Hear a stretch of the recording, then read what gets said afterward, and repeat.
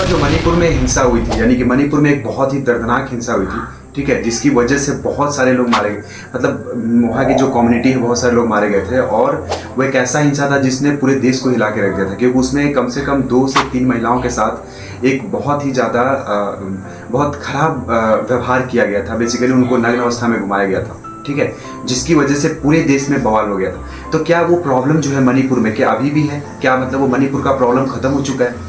आपको क्या लगता है कि मणिपुर का प्रॉब्लम खत्म हो गया है? अगर इसको समझना है तो आपको ये वीडियो देखना पड़ेगा। देखिए हुआ क्या था, बेसिकली जो है बहुत सारे लोगों ने वो जो मुद्दा उठा वो उसको पूरी तरीके से बीजेपी पे टाल दिया। लोगों ने ये कह दिया कि पूरी तरीके से बीजेपी का प्रॉब्लम, बीजेपी वहाँ पे नहीं गई, मणिपुर में जो हो रहा है उसकी वजह नरेंद्र मोदी वहाँ विजिट करने नहीं गए, मतलब बीजेपी का कोई नेता वहाँ विजिट करने नहीं गया, तो उसकी वजह से उस लोकसभा चुनाव में बीजेपी पे बहुत ही तगड़ा असर पड़ा था। यानी कि हम कह सकते हैं कि मणिपुर की वजह से बीजेपी पे असर पड़ा था, क्योंकि अपोजिशन पार्टी ने इसको एक बहुत बड़ा मुद्दा तो ये बहुत बड़ा था ही, बट अपोजिशन पार्टी ने इसको और बहुत बड़ा मुद्दा बना के बहुत सारा वोट बटोर लिया बेसिकली। पर क्या वो प्रॉब्लम खत्म हो गया मणिपुर में? देखिए मणिपुर में प्रॉब्लम क्या था, मणिपुर को हमें पहले समझना पड़ेगा। ये मणिपुर जो है वो नॉर्थ ईस्ट का एक बहुत ही इंपॉर्टेंट स्टेट है, ठीक है, वो उसका बॉर्डर मिजोरम से भी शेयर होता है, म्यांमार से भी शेयर होता है, और नागालैंड से उधर शेयर होता है। देखिए पर मणिपुर में होता है क्या, देखिए मणिपुर की अगर हम बात करें तो जो मणिपुर का मणिपुर का जो प्लेन लैंड है बेसिकली, जिसको हम वैली बोलते हैं, जो वैली है उसमें बेसिकली एक कम्युनिटी रहता है जिसका नाम मैतेईज है, यानी मैतेई कम्युनिटी के लोग रहते हैं वहाँ पे। बेसिकली जो आपका इम्फॉल वाला रीजन है, जो कैपिटल है वहाँ पे बेसिकली, ठीक है। और हम हिली एरियाज़ की बात करें तो हिली एरियाज़ में कुकी कम्युनिटी के लोग रहते हैं। कुकी कम्युनिटी के लोग जो हिली एरियाज़ में रहते हैं और मैतेई कम्युनिटी के लोग जो है वो वैली एरिया में रहते हैं, ठीक है।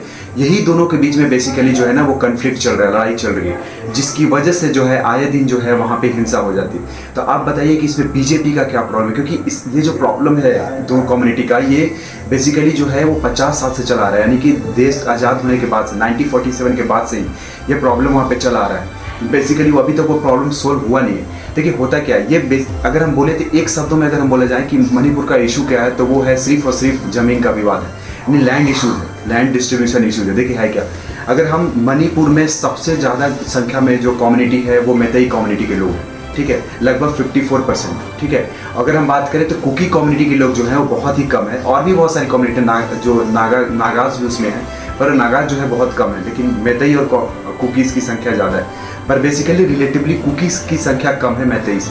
पर जो 90% जो मणिपुर का लैंड है वो कुकीज़ के द्वारा कुकीज़ उसमें रहते हैं, मात्र 10% लैंड में मैतेईज लोग रहते हैं। और यही दोनों के बीच में ये जो ज़मीन का विवाद है, बेसिकली यही एक बहुत बड़ा मुद्दा वहाँ पे। देखिए होता क्या है, जब इंडिया आज़ाद होता है तो इंडिया के मैतेईज लोगों का क्या कहना है कि इंडिया की आज़ादी से पहले जो है उनको एसटी कम्युनिटी का दर्जा मिला हुआ था, शेड्यूल ट्राइब का दर्जा मिला हुआ था, जो कि बेसिकली अभी कुकीज़ लोग को मिला हुआ है, ठीक है।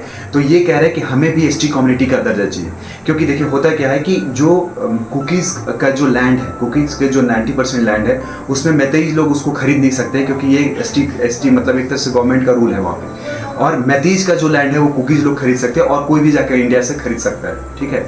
तो यही एक प्रॉब्लम है, मैतेईज लोग बार बार बोल रहे हैं कि भैया हमें एसटी का दर्जा दो और हमें जो है इतना फ्रीडम दे दो कि हम जो है वो लैंड वगैरह खरीद सकें। दूसरी तो ये बहुत बड़ा प्रॉब्लम है। दूसरी बात, तो फिर हिंसा कहाँ से पनप रहा है, लड़ाई कैसे हो रही है? लड़ाई इसलिए हो रही है क्योंकि हाईकोर्ट का ये मतलब आया था। ये दूसरी बात जो ये मुद्दा, ये जो अब लोग बीजेपी को लेकर जिस तरह से उन्होंने एक तरह से कार्ड खेला, किसने खेला? अपोजिशन पार्टी ने खेला, राहुल गांधी ने खेला, बेसिकली और भी जितने बड़े जो अच्छे मीडिया वाले जो लोग थे, जैसे फेमस साहब जाहिर है, वो उन्होंने ये बहुत बड़ा कार्ड खेल के बीजेपी को नीचा दिखाने की कोशिश की, क्योंकि प्रॉब्लम बीजेपी सोल्व नहीं कर सकती भैया।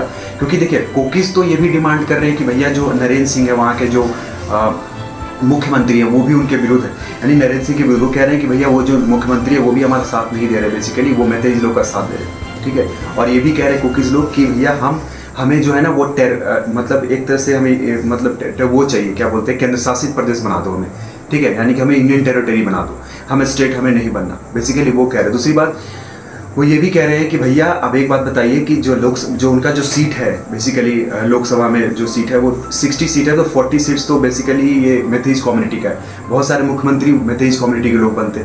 तो और दूसरी बात क्या है कि वो सपोर्ट, और दूसरी बात अच्छा मणिपुर में एक और बहुत बड़ा प्रॉब्लम है, वो ड्रग्स का प्रॉब्लम है। लोग जो कि रोज़गार ज़्यादा नहीं है, तो बेसिकली क्या करते हैं लोग जो है वो ड्रग्स की खेती कर रहे हैं, उसको जो है वो म्यांमार बॉर्डर पे मतलब बॉर्डर पे जाके बेच रहे हैं, तो भी एक बहुत बड़ा इशू है, एक रोजगार का बहुत बड़ा इशू है, ठीक है।